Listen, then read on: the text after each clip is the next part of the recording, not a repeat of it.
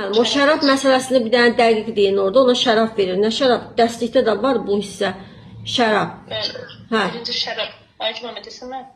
Aha. Deyin, qoyun Aygün müəllim oranı saysın, Aygün müəllim. Yağmur müəllim deyir ki, Arif deyir masanın üzərindəki şərab qədəri olur. Onu götürür, deyir ki, bir içim su olsa mənə bir içim su verin. İblis də oradan sürahini götürür, rakı doldurur müəllimə. Ona uzadır, deyir götür iç.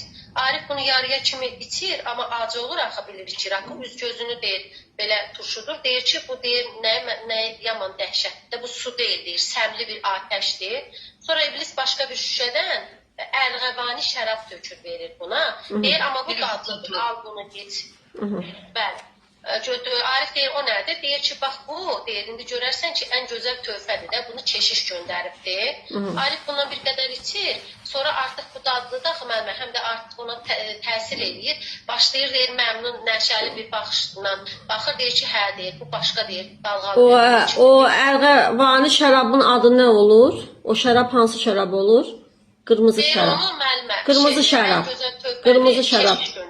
Qırmızı şərab olur da. Yəni Arifin iblisə uyması buradan başlayır. Bəli, ilk buradan başlayır. Bəli, buradan. Sonra müəllimə içir artıq, içir qutarandan sonra deyir ki, indi Rənanı çağır. İblis deyir